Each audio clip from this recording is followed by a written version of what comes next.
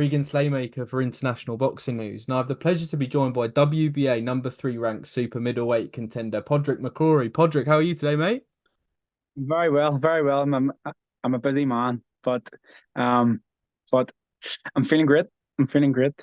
Perfect. I'm glad. Well, I'm glad to hear it, mate. And obviously, we've finally got this interview. As you said, I've been badgering you for a couple of weeks this interview, but I'm glad we've finally got it under wraps. But as you said, you're a busy man, and I'll jump straight into it. But you're training for, I mean, a huge fight of Edgar Berlanga on February the 24th in Orlando. I mean, how are you feeling heading into this fight, mate?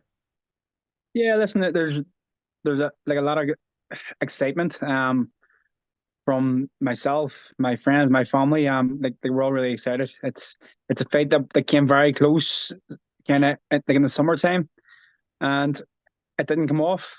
But it's a fight. These type of fights, it's fights that I wanted now for the last couple. Um, and unfortunately it didn't happen. But now we've landed like the big opportunity.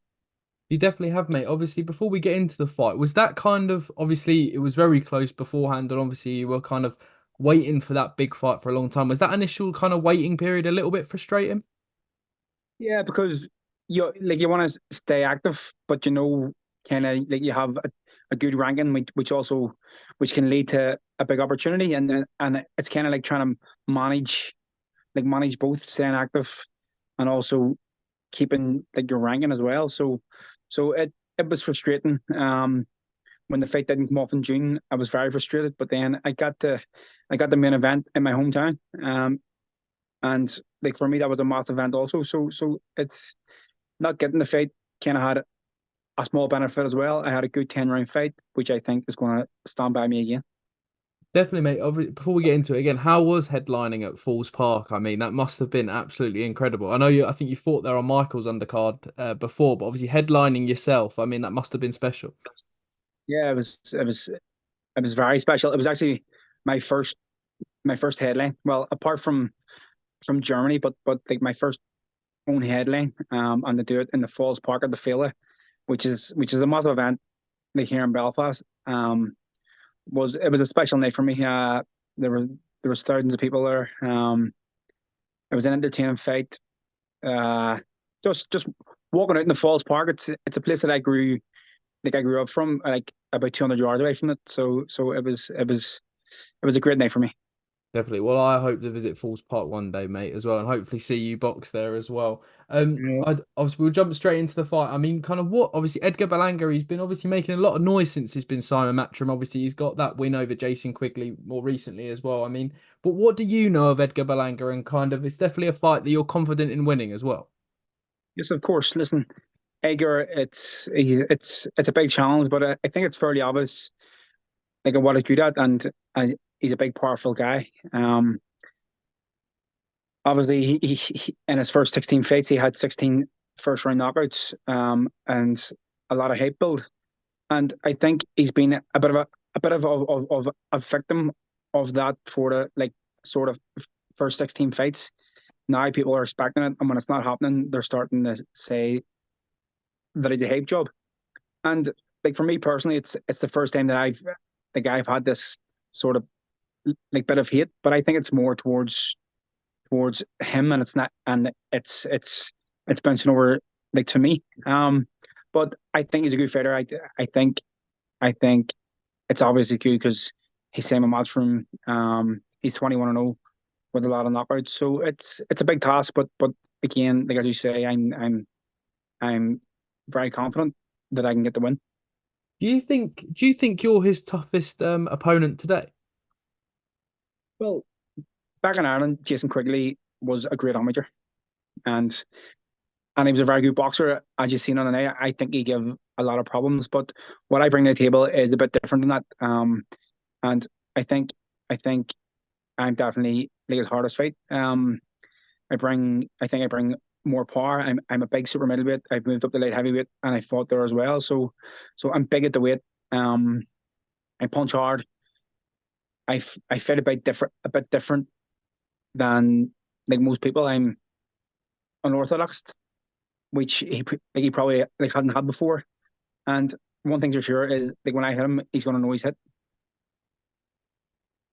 Definitely, mate. Obviously, I'm very much looking forward to it. I think one of the main men kind of pushing this fight was Cole McGuigan from IFL TV. I have to give Cole a shout out. I feel like every time he had an interview with Eddie, he'd chuck your name in the mix, mate. But one thing I do want to kind of touch on is kind of he touched on your story in one of those interviews, and I think it's a great clip. He said that your story's kind of been a long one. One from I think I got a quote here from him saying, "Well, you got the British Army were kicking your door in when yours and your family's door in when you were a child, and then you go on this journey through boxing, and then you win the IBO world title away from home.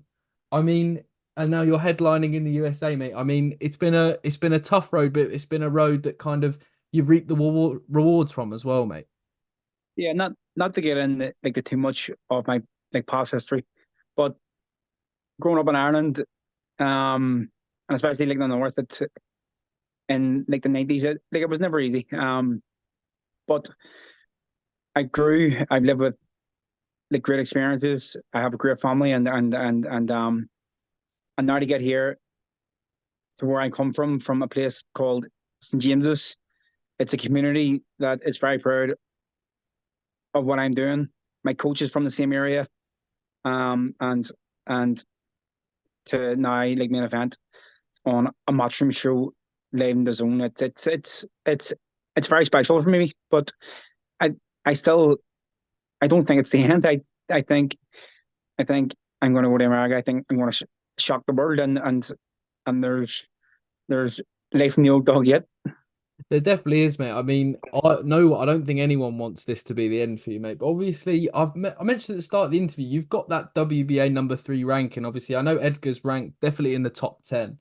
I mean, obviously, and you're managed by Conlan Boxing as well. Do you think a win on February the 24th could land you a potential world title shot? I know that David Morrell's got the regular title, and then Canelo's got the Super Championship as well. Do you think you could be in the running for an opponent with those two with a win on February the 24th?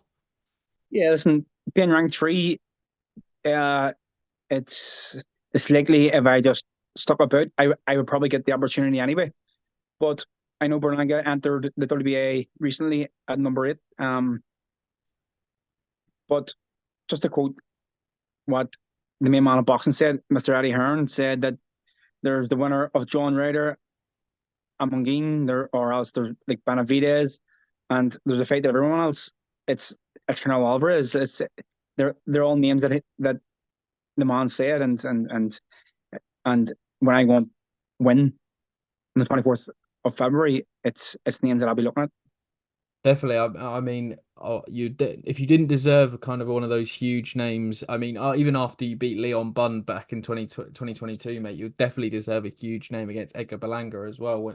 Obviously, all going your way February 24th. I do want to kind of move on, obviously, to something that kind of a lot of fighters don't do until they've ended their career. But you manage Gerald Hughes as well, 4-0-1 super bantamweight prospect. I mean, recently featured on Michael Conlan's undercard as well. I mean, why is it important for you to kind of do this kind of whilst your career is still happening as well? Yeah, so I have Gerald Hughes and I have Owen O'Neill as well, who I'm hoping to get back out soon. He had a few issues towards the end of the year, but he's 12 and 0 or 13 and 0. He's going to fight at welterweight. So I have two fighters there. They're both from my stable, or they will. They've both been part of my stable, in the gym. So they're two good fighters. But boxing's a sport I love as well, and I've always worked close with Jamie Conlan, who I think is an amazing manager, and he's proven that now he can do it sort of on the bigger stage, and the business side of boxing is something that I've been really interested in. So I started from the small hall shows. I've had to sell tickets to cover my opponent. I've got I've got many offers that have fell through. I've got offers that like have came off, and I think I can pass my experiences on to other people that were in the position that I was in. After my first fight, I had about 4 fights that cancelled or called off, starting with the card from the famous sort of slip in the shower fight, and from there I had to run about sort of 4 or 5 fights were cancelled. So it was I was in no man's land, and I had to beg to get on shows. I was fighting in the local sort of pub, and I was begging to get on them shows. And thankfully, my coach then he had like a bit of a link, um, and it just grew. And then I had a massive knockout, which caught a lot of people's eyes. And I started working like with Jamie and stuff. So I've got a lot of experience there. I know what it takes to get from from the bottom to now main eventing. Um, and after boxing, my full focus will be on that. Definitely, mate. And obviously, you've just touched on it there. I mean, you're the perfect person to kind of guide these young talents as well. I mean, how far can obviously Gerald Hughes and forgive me, I forgotten the other fighter. You've Owen, named Owen O'Neill. Owen O'Neill. How far can they both go? Yeah, well, Gerard recently fought Farrell in a good fight and he got a draw. I think we can run that back like later in the year and fight for probably a BUI Celtic or even I think he qualifies for the Irish title. And Owen O'Neill, he was BUI Celtic champion at super welterweight. So listen, they can definitely like go as far as fighting for a British title or even a European title. At the smaller weights, it's a bit easier. The opportunities come a bit faster because there's not as much fighters there. So Jurgen definitely they be moved fast. I think a good fight for him is definitely the draw that he just had. But it's again in Ireland, it's about getting the slots on the shows, and I have a good working relationship and a good friendship with Jamie Conlan, which helps me get the kind of like a nose in front, and then it benefits like my own fighters. So they can definitely get like the British level, and I suppose every boxer's dream is to be a world champion, but these guys like 5 years ago, I said like I would have said myself, fighting for an Irish title is is is a massive achievement.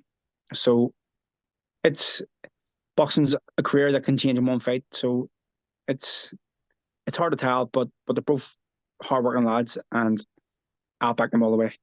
Definitely, we'll keep an eye out for both of those as well. I do want to touch on kind of obviously Jamie Conlan and Conlan boxing, also Michael's involved as well. Kind of, I mean, they're going from strength to strength. Obviously, you see the show that they've just done with Mick and Jordan Gill, and now they're going to be headlining again with Lewis Crocker. I mean, kind of, what is it like yourself, kind of having that working relationship with Jamie Conlan, and how nice is it to kind of see their rise over the last few years as well? Yeah, it's great, and it's great for ice boxing. Like it's very rare that Matchroom come to Ireland, and they come twice within 10 weeks. It's like it's massive for us, and unfortunately, well, I've always wanted to box on a Matchroom show, which I done on my debut, but it was like a non-televised fight. But now things have changed, and it's the zone, and all the fights are live. So I haven't been part of them, but for Irish boxing as a whole, it's great to see. Jamie and Mick are they're building their stable. They have a great stable of fighters, including Lewis Crocker from Canada, I think, who's just retired, who's been a great servant. Um, and there's many more. There's many more. There's guys in England, and there's Kieran Malloy down south and stuff. So the see them grow is only going to benefit Irish boxing as a whole. And he's building a great relationship with the guys at Matchroom as well, which is then it's benefiting me. So to be working close with him, I was like we text every day. He actually texted me recently about a stag do, and it's looking like it's going to happen soon. So it's a good relationship that we have. Um, and as I say, as much as we're friends and we work well together, I hope to take advantage of that for my own fighters and for myself. Definitely, and long may it continue as well. I'm going to try and get out to Belfast on January the 27th as well. So hopefully, maybe I'll see you there, mate, as well. Um, my final question, Patrick. Again, thank you for giving me your time today. We ask everyone this who comes on the channel. But when all's said and done, kind of what does boxing mean to you? Boxing's been part of my life from I was 14. I done a bit sort of like 10 or 11, but it was only for a few months. But it again, like from the age of 14, 15, it's something that has took over like my life, and I've been in love with it. I fell out of love with it, and I've been back in love with it again. Um, and after boxing, it's I think it's going to be a struggle. Boxing again, as I say, the competing, it's what I love, but I have a family. I and the reason that I came back to boxing was because or the reason why I put so much into it is because 6 years ago I found out that I was having like our first child, which is a boy, and he's 6 here next week on Monday. And I do that to make them proud, and the more I've got, it's it's making myself proud, but I also know it's making my family proud, and like without boxing, it gives people like me a chance and an opportunity they could do something in life, and I owe that to the sport. It's a very dangerous sport, but it's a sport I love. Definitely. I mean, that was one of the best answers to that question that I've ever had, Podrick. Thank you. Thank you again for your time today, mate. And thank you again for Thank your you. no worries. And best of luck against Edgar Berlanga on February the 24th. And also happy birthday to your son for Monday as well. Thank you very much. We'll speak after about my glorious victory. Definitely. And we'll see what's next. Hopefully Canelo Alvarez as well, mate. But thank you very much, Podrick, and Good see you soon. luck, mate. All the Cheers. best.